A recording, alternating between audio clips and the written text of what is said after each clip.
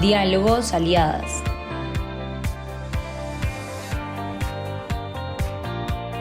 Bienvenidos a Diálogos Aliadas. Desde la Alianza Aliadas, grupo de 36 gremios y asociaciones, queremos poner sobre la mesa las diferentes temáticas que afectan, pero que también dan oportunidades a los colombianos. Por eso hoy queremos comenzar con los diálogos relacionados con la salud. Queremos hacernos y responder las preguntas que son importantes para todos los colombianos. ¿Cuáles esos problemas que la reforma a la salud resuelve? ¿Los resuelve o no los resuelve? También, si dentro de las acciones que se están presentando se corrige el problema de sostenibilidad financiera. Si al mismo tiempo hablamos de qué significan las reservas técnicas. Y para eso tenemos dos personalidades del sector de salud que nos van a acompañar a hablar de estos mitos y realidades, como también a resolver las inquietudes. Con nosotros se encuentran Ana María Vesga, presidenta de ASEMI, y Carmen Eugenia Dávila, presidenta de Gestar Salud. Bienvenidas. Gracias, María Claudia. Gracias, María Claudia. Vamos a comenzar con la pregunta que hacen muchos colombianos: si la reforma a la salud resuelve los problemas del sistema de salud. ¿Realmente es una reforma que va a aportar a que mejoremos lo que hoy tenemos? Quiero pasar la palabra a cada una de ustedes para que contestemos esta pregunta. Bueno, gracias, María Claudia. Mira, diríamos que la reforma ha planteado y ha develado oportunidades que tiene el sistema de salud después de 30 años de un modelo que ha ido madurando, pero que sin duda, como todo modelo no perfecto, pues tiene necesidades en las regiones, necesidades de equidad, necesidades de fortalecimiento de las estrategias de prevención y promoción de la salud, y creemos que en esa medida la orientación de la reforma hacia el mejoramiento de esos aspectos puede ser positiva. Lo importante en el análisis de la reforma como la conocemos hoy es que sí plantea unos cambios de fondo al modelo de aseguramiento que tenemos hoy, que principalmente le dan al sistema la responsabilidad del manejo de la población, la agencia de la población y la administración de los recursos a las EPS. En un modelo de salud, con EPS o sin EPS, lo importante es saber quién realiza el agenciamiento de los usuarios y quién responde por esa gestión financiera. Parte de las inquietudes grandes que han surgido a lo largo de este debate es que la forma como está planteada esta reforma, al no tener esa claridad de los roles y responsables, deja un poco en el aire ese agenciamiento del usuario y esa responsabilidad sobre los recursos. Ahí hay un punto importante para dejarle claro a quienes nos están viendo. Hoy, con el cambio que se hace, pasamos de tener una claridad por parte del ciudadano a quién tiene que buscar para que le responda. Con la reforma a la salud se distribuye en diferentes actores y va a ser muy difícil que un ciudadano sepa a quién le tiene que hacer el llamado de atención o a quién le tiene que presentar la necesidad, o hasta llegar al punto de que no se sabe a quién se le debe presentar la tutela. Ese es uno de los puntos esenciales. La labor de agencia que hoy existe en el sistema hace que tú, yo, Carmen, todas las personas que somos, todos los colombianos afiliados a una EPS, sabemos que vamos a la EPS para solicitar nuestros servicios, para demandar una atención. Si nos sale mal, para presentar una tutela. En el planteamiento de la reforma actual, esas funciones repartidas entre varios agentes hace que se pierda esa función esencial de agencia.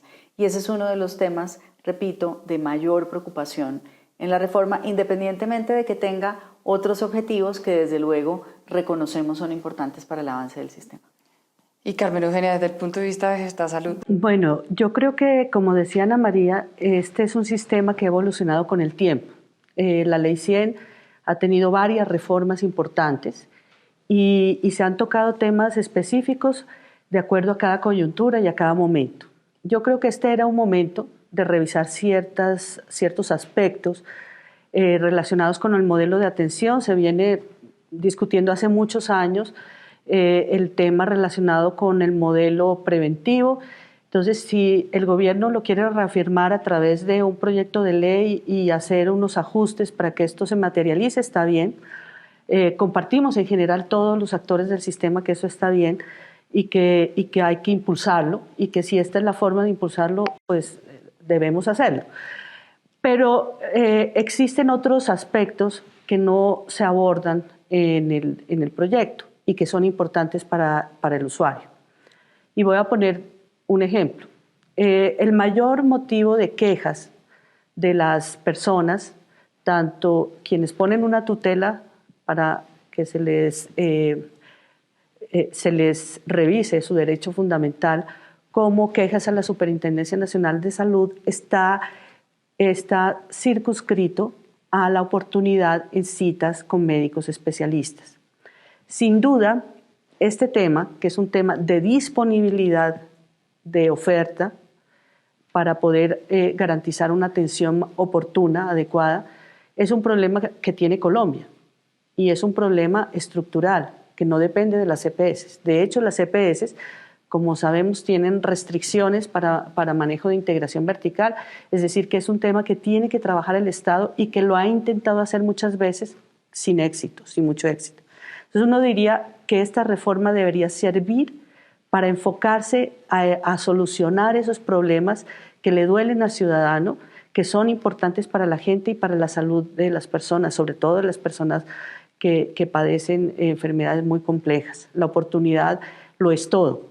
¿Sí? Por ejemplo, para un enfermo de cáncer, para un enfermo de alguna patología como enfermedad renal crónica o un hipertenso complicado, un enfermo coronario, personas que padecen enfermedades huérfanas. Obviamente la oportunidad lo es todo. Y si el sistema no puede dar esa respuesta, hay que tratar. El otro tema que es también muy crítico es el suministro suficiente y oportuno de medicamentos. Ahí creo que hay grandes retos logísticos.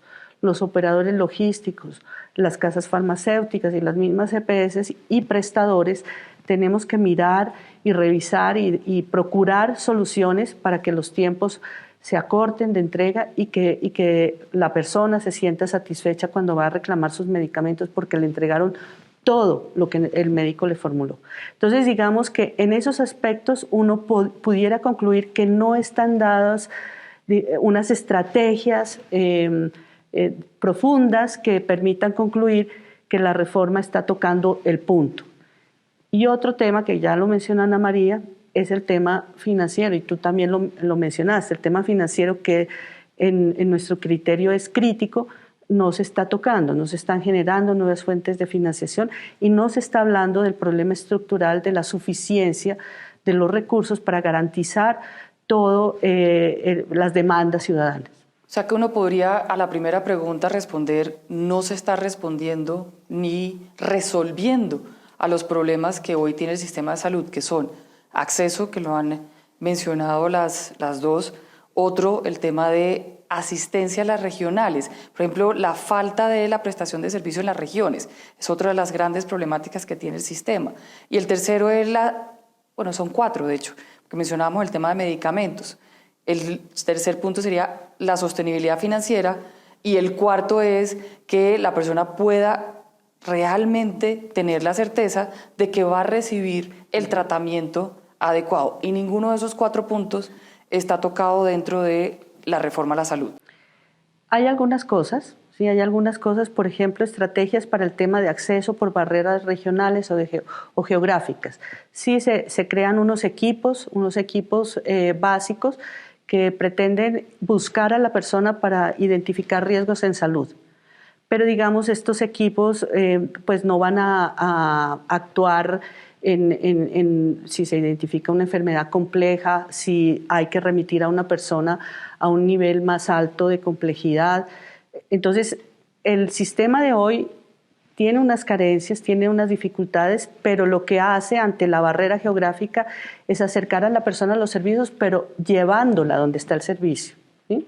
Por las dificultades que existen geográficas y de talento humano de que el servicio se preste en el territorio. En el territorio, pues hay médicos, pero en general son médicos generales, enfermeras son muy escasas, especialistas probablemente en un municipio de 5.000 personas no vas a tener. Entonces hay formas de manejar un modelo que responda a las condiciones, que la gente no deba salir tanto como sale hoy de su territorio, pero no podemos tampoco pensar que en cada municipio del país va a haber un hospital de 4º nivel de complejidad que le atienda desde una gripa hasta un cáncer. Eso no va a pasar y no pasa en ningún sistema del mundo. Todos tienen hospitales de referencia y así funcionan los sistemas de salud.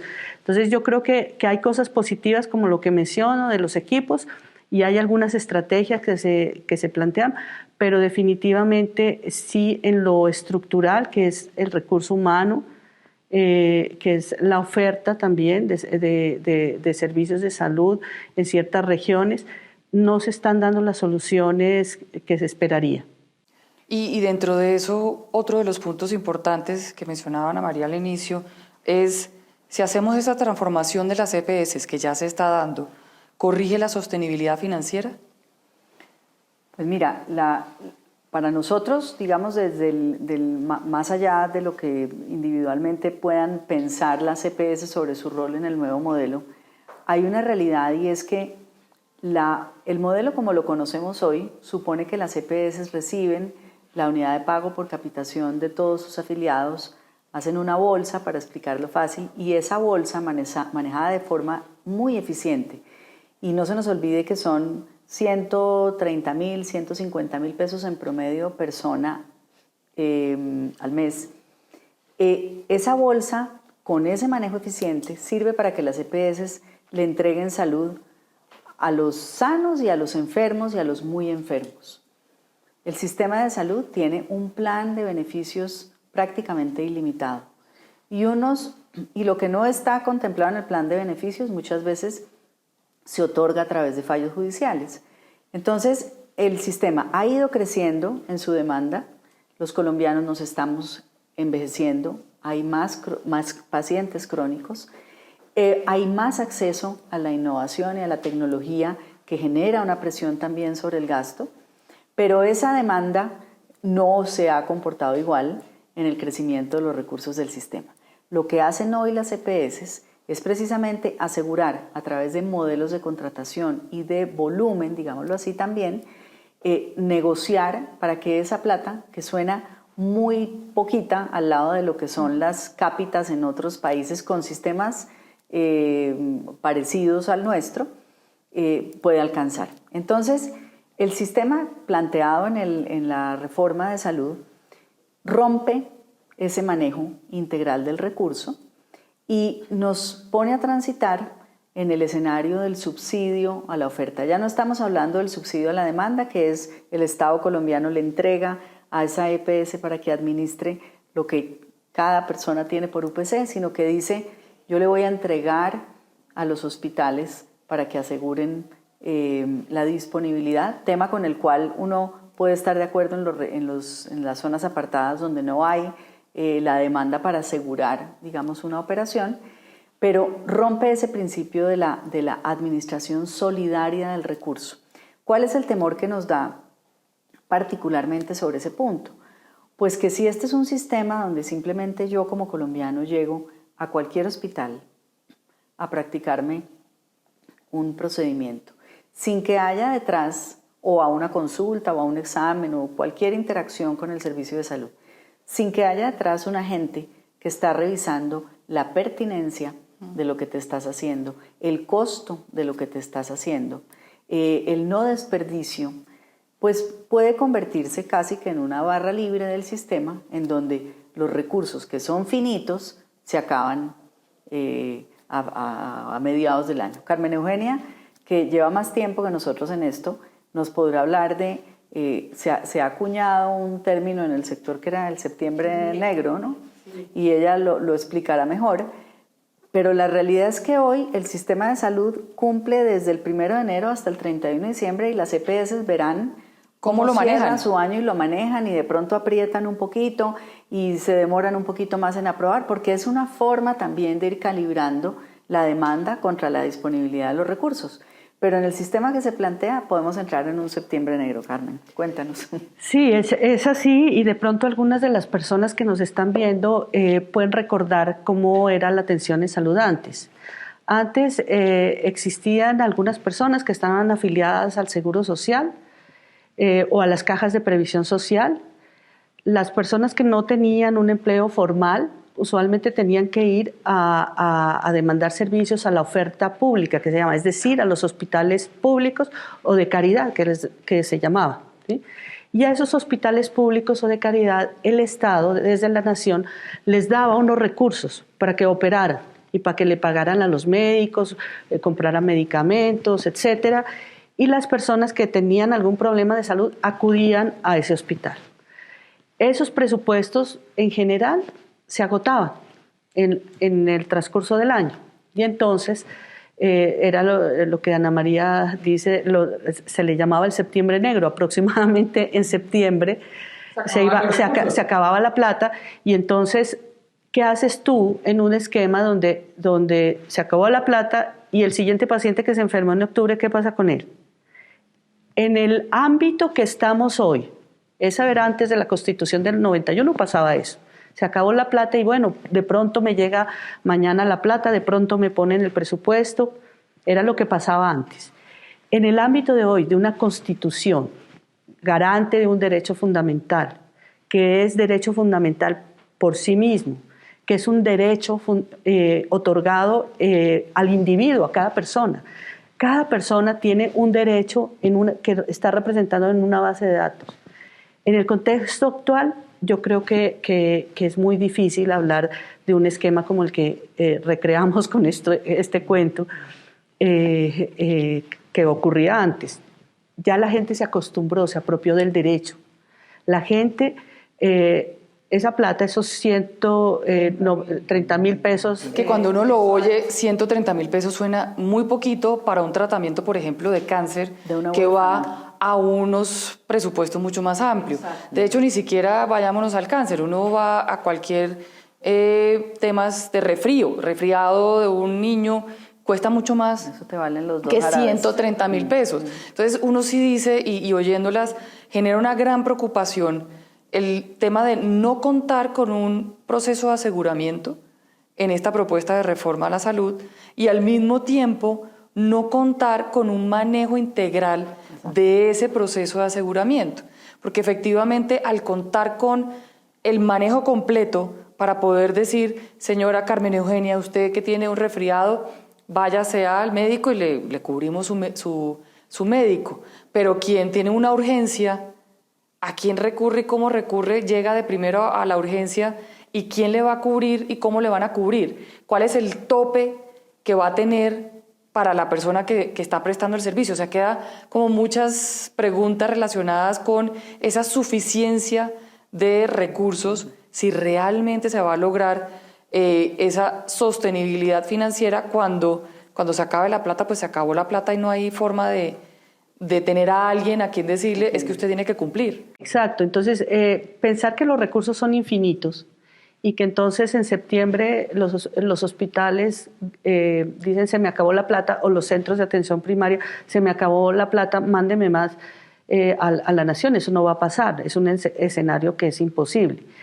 Entonces alguien va a perder ahí en ese escenario. Entonces lo que tenemos que buscar, yo creo que la reforma tiene muy buenas ideas, pero lo que tenemos que buscar es que las ganancias en protección financiera, que es lo que tú dices, es eso, es la protección que tiene el hogar, la familia, el individuo, de que si le da una cosa muy costosa, está cubierta, y que tú no tienes que salir a vender tu patrimonio, tu carro, tu casa, a pedir prestado, endeudarse y a generar una crisis familiar y social por cuenta de una enfermedad. Que eso ya se vivió con el COVID. Claro, en el COVID no hubo un colombiano que tuviera que salir a vender el carro, la casa, para poder cubrir las necesidades que se presentaron. Cuando sistemas, inclusive esos a los que nosotros miramos con deseo y como referente, sí sucedió.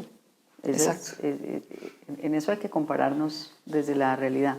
Exacto. Y no, es que todos hemos tenido casos antes de la ley 100 y sus reformas, porque realmente la ley 100 ha evolucionado mucho. Fue la primera ley. De hecho, ha sido una construcción colectiva. No podemos dejar de decir que el actual sistema de salud no es un sistema que viene de 1991, sino es un sistema que se ha venido adaptando y que se ha construido colectivamente a través de los años. Y que se ha mejorado muchísimo. Y hay miles de procesos y de casos que uno pudiera mencionar. Nada más el tema de la ADRES, por decir alguna cosa. La ADRES, que es esa entidad que maneja todos los recursos del aseguramiento en salud. Cuando arrancó la Ley 100, dijo, se denominaba un fondo, cuenta, que no tenía personería jurídica, sin planta de personal, decía la ley, y que se manejaba por encargo fiduciario. Eso era muy complejo, muy difícil. Se trató, estuvimos con ese esquema por muchos años, se dieron muchos problemas y se transita hacia la ADRES a través de un proceso de reforma legal. Y han habido reformas importantísimas dentro del sistema y una evolución tecnológica y de procesos que también ha sido muy valiosa. Entonces aquí lo que uno piensa es que ese esfuerzo, esa transformación, ese cambio debe darse, pero debe darse recogiendo todo lo bueno que tenemos. Por ejemplo, esa protección financiera no se puede perder, y sumándole otras cosas nuevas que están dentro de la propuesta que pone el gobierno a consideración del Congreso.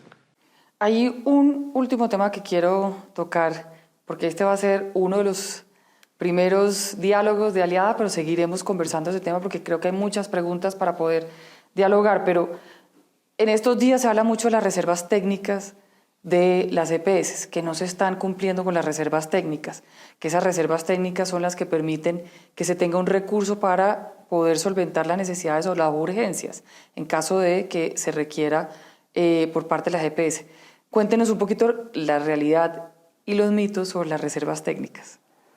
Mira, yo diría, la reserva técnica no es otra cosa que entender que la unidad de pago por capitación se recibe todos los meses por todos los colombianos. Los servicios de salud que se gestionan hoy no se facturan hoy.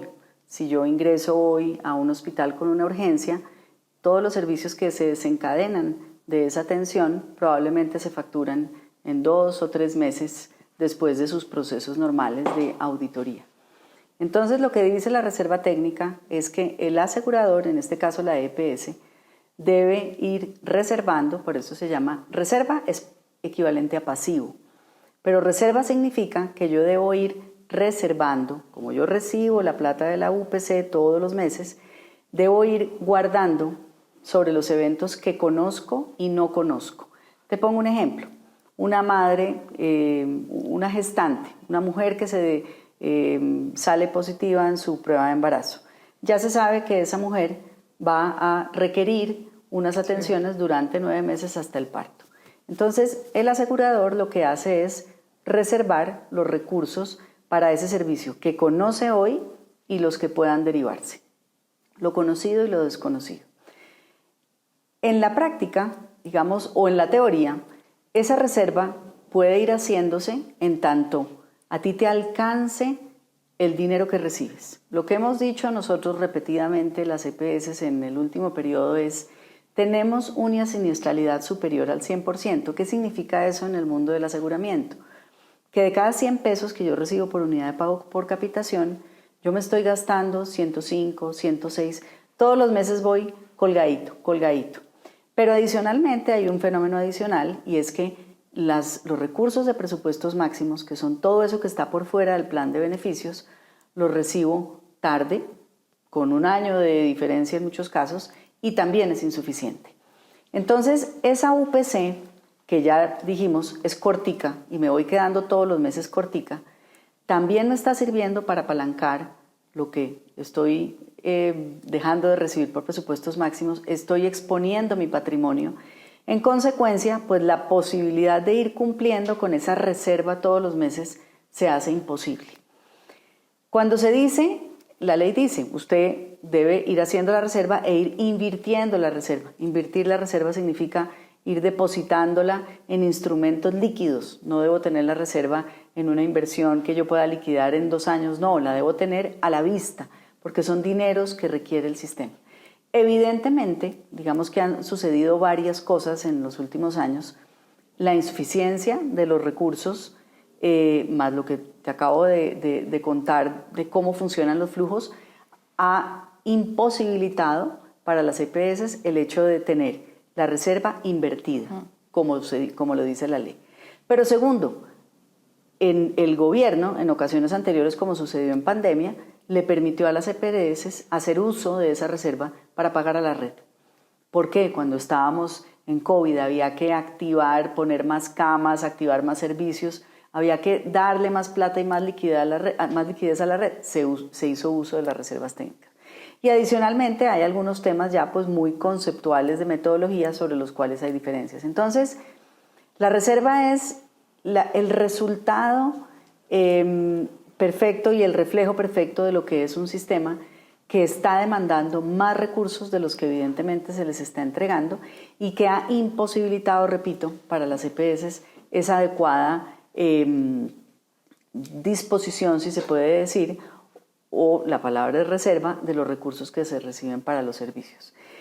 Lo que ha sucedido en los últimos días con un informe de la Contraloría es que, dice la Contraloría, se evidencia que hay un descalce en la reserva, es decir, que lo que yo tengo registrado como pasivo asociado a esa cuenta de reserva no está debidamente invertido. Sobre ese punto tenemos todas las EPS distancia en los números que están ahí contenidos, pero eso hace parte de una conversación que tenemos que tener pues desde luego con los entes de control. Uno podría decir que esas reservas técnicas están para poder soportar las necesidades del sistema, pero también es válido que en el momento de que no se tenga los recursos, como está sucediendo hoy en día, que no se están transmitiendo esos recursos a las EPS porque el gobierno no lo traslada, las EPS para poder seguir prestándole el servicio a los ciudadanos, pues tiene que hacer uso de esas reservas para no faltar a la necesidad de lo que hablaba Carmen Eugenia de ese servicio universal. O sea, de una u otra forma estamos viendo, por un lado, que hay menos recursos que está trasladando el gobierno al sistema y por el otro lado se sube los usos por parte de los colombianos que las EPS tienen que de todas formas prestar. ¿Uno podría resumirlo así? Yo creo que sí. Por un lado tenemos el problema de que el ingreso es inferior al gasto en general. ¿Sí? Estamos gastando más de lo que se esperaría de acuerdo a los cálculos que se han hecho. Por lo menos desde el año 2022. Venimos en un desfase grande. Entonces, ¿qué pasa cuando hay un desfase entre el valor, ese per cápita, esa prima, ¿sí? Entre esa prima y el gasto? Tú tienes la obligación de constituir la reserva técnica en el pasivo porque debe la EPS decir la verdad sobre o presentar en los estados financieros la realidad económica de la EPS. Entonces, esto quiere decir que la EPS debe registrar el pasivo porque probablemente se va a configurar una obligación. Por ejemplo, además del caso que plantea Ana María, las autorizaciones. Cuando uno va a un servicio médico le dan una autorización y uno tiene 6 meses, no sé, 15 días, dependiendo del servicio, para usarla. Si tú no vas al médico, pues no pasa nada frente al gasto, pero si vas, se configura en una factura que le llega después a la aseguradora y alguien tiene que pagarla. En este caso, lo paga la EPS. Entonces, constituye una reservita por si acaso esa autorización que di se configura en un servicio y después me lo van a facturar. Y guardo una partecita de la UPC, de la prima, porque qué tal que me llegue, ¿sí? el cobro del servicio y no tenga yo plata para pagar. Entonces eso también está ligado al adecuado manejo de la prima, pero cuando la prima es insuficiente no hay forma de hacer ese ejercicio que calce uno a uno, ¿sí? Entonces aquí el gran problema es que hay un desfase entre los ingresos y los costos que hay que corregir rápido. Esto se puede presentar en un sistema como el que vivimos hoy y se puede presentar en el otro sistema totalmente distinto o en el que pretende el gobierno que está tramitando ante el Congreso. Se puede presentar la misma situación donde los ingresos no son suficientes para los gastos. Entonces el problema que debemos resolver es un problema de financiamiento estructural y poner los incentivos adecuados o conservar algunos que son buenos para que se haga uso racional y razonable del recurso que siempre va a ser finito. Hay muchas demandas, pero los recursos nunca son infinitos, son finitos y tenemos que cuidarlo. Entonces, la realidad hoy en día es esa. Entonces, pensar que las EPS desaparecieron las reservas es un imposible material, ¿sí? Cada peso hay forma de seguirlo. Porque las EPS tienen cuentas maestras por donde pagan y el sistema y todos los recursos se manejan por el sistema financiero. Entonces se puede saber a quién le pagó. Entonces pensar que la plata se esfumó, que alguien la tomó indebidamente, eso no es un escenario, eso no pasa. El problema es que los recursos no alcanzan.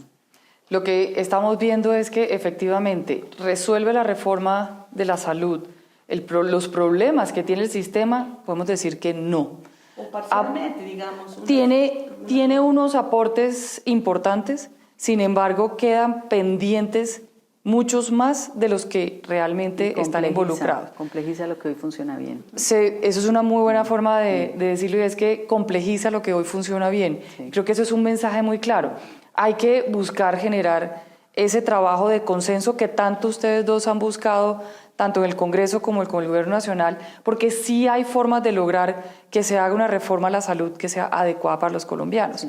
El tema es cómo logramos que todos estos puntos que ustedes están aclarando, que son importantes para los colombianos, lo tengamos claros y que podamos trabajarlo conjuntamente. Este es uno de nuestros primeros diálogos de aliadas. Muchas gracias, Ana María y Carmen Eugenia. Gracias. Estaremos muy pendientes de continuar la conversación. Muchas gracias. Muchísimas gracias.